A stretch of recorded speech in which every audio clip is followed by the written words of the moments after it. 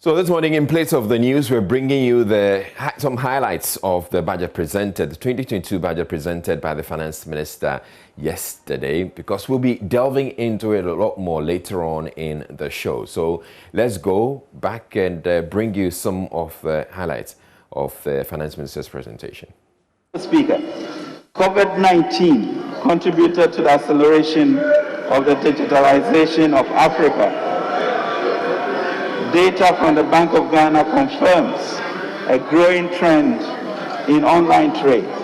The data showed that between February 2020 and February 2021 alone, Ghana saw an increase of over 120% in the value of digital transactions compared to 44% for the period February 2019 to February 2020. Apart from the convenience online trading offers, the surge has happened globally was primarily due to the increase in the use of digital platforms as a result of the COVID-19 pandemic. Total value of transactions for 2020 was estimated to be over 500 billion Ghana cedis compared to 78 billion cedis in 2016, just 5 years ago. While total money subscribers and active mobile money users have grown by an average rate of 18% and 16% respectively between 2016 and 2019. Mr. Speaker, it has become clear that there exists enormous potential to increase tax revenue by bringing into the tax bracket transactions that could be best defined as being undertaken in the informal economy. After considerable deliberation, government has decided to place a levy on all electronic transactions to widen the tax net and rope in the informal sector. This shall be known as the Electronic Transaction Levy or e-levy.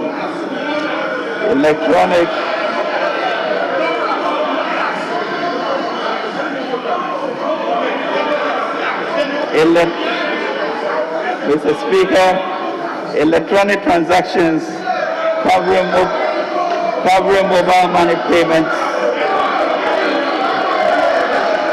Mr. Speaker,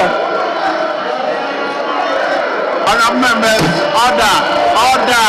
Electronic mobile money payments, bank transfers, merchant payments, and e-mode remittances will be charged at an applicable rate of 1.75%, which shall be borne by the sender, except e-mode remittances, which will be borne by the recipient. Mr. Speaker, to safeguard efforts being made to enhance financial inclusion and protect the vulnerable, all transactions that add up to 100 Ghana cedis or less per day, which is approximately 3,000 Ghana cedis per month, will be exempt from this levy. Mr. Speaker, this budget is redefining our development paradigm by focusing on the private sector, particularly on entrepreneurship development. We will build an entrepreneurial nation by aggressively implementing programs that empowers the majority of our young people to employ their God-given talents to take risks and become job creators instead of job seekers. In the pursuit of this objective, we will address the challenges our existing and aspiring entrepreneurs face. These challenges include access to credit and finance, regulatory and tax burdens, lack of skills, as well as mentorship. We will do this whilst intensifying our efforts to support the private sector to expand and create jobs.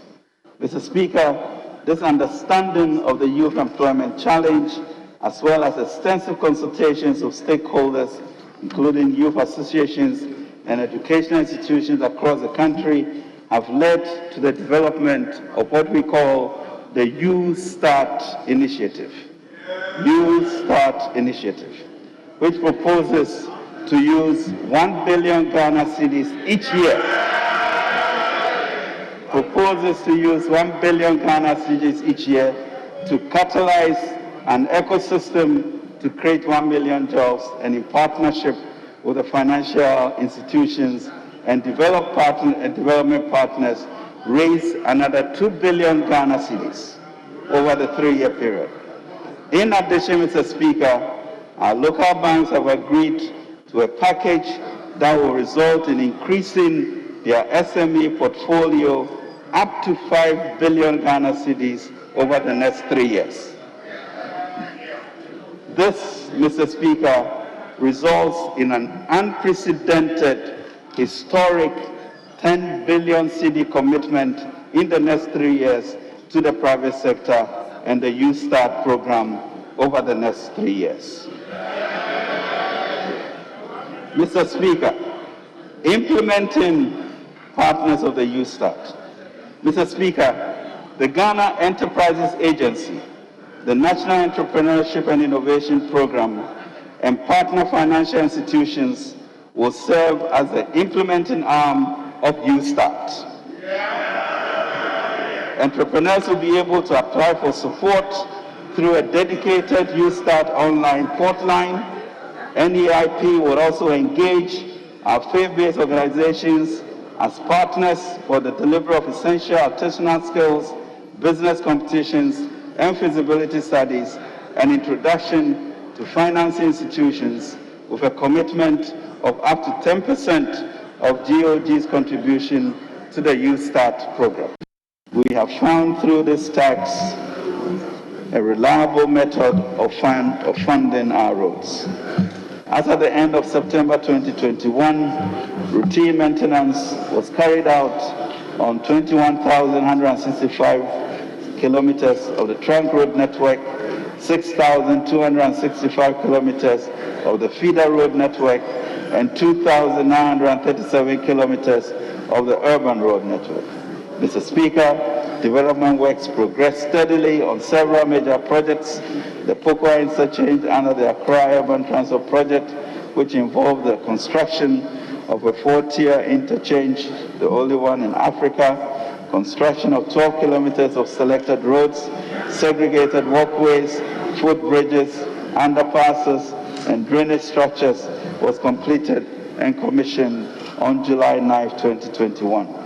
Major pipeline projects that are expected to take off in 2022 include Accra-Kumasi dualization, Kumasi South and Western Bypass, Kumasi Outer Ring Road, Mamfikoforidia Road, Oyibi Dodua Somenya Akuse Junction Road, Accra Outer Ring Road, Asuchari Junction Volleyball Bridge, Eastern Corridor Road, Solar Wa Road, construction of 5 interchanges in the greater Kumasi metropolitan area, including Swame, Santase, Airport Runabout, and Ofori-Krom.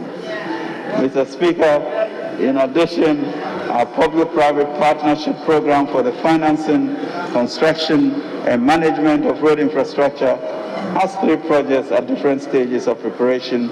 Accra-Tema Motorway PPP projects, the financing arrangements are being completed and construction will commence in 2022. Accra Cape Coast Takoradi PPP projects, the feasibility study is being finalized.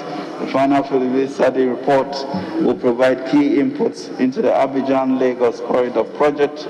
Mr. Speaker, the Ghana Infrastructure and Investment Fund, Mr. Speaker, will be looking at financing most of these PPP roads as government gives them support and have efficiency in its delivery. Our roads are being fixed. It is true that more roads have been fixed and are being fixed over the last 5 years than any relative period in the entire history of our nation. We even want to do a lot more, and this budget will cater for this. That is why for decades, governments after governments imposed and maintained tolls on some public roads to raise funds for road construction and maintenance. This is the situation in many countries. However, over the years, the tolling and impacted negatively on productivity. The congestion generated at the tolling points, besides creating these inconveniences, also leads to pollution in and around the vicinities. To address these challenges, government has abolished all tolls on public roads and bridges. This takes effect immediately the budget is approved on appropriation. The toll collection personnel will be reassigned. The expected impact on productivity and reduce environmental pollution will more than offset the revenue foregone by removing the tolls.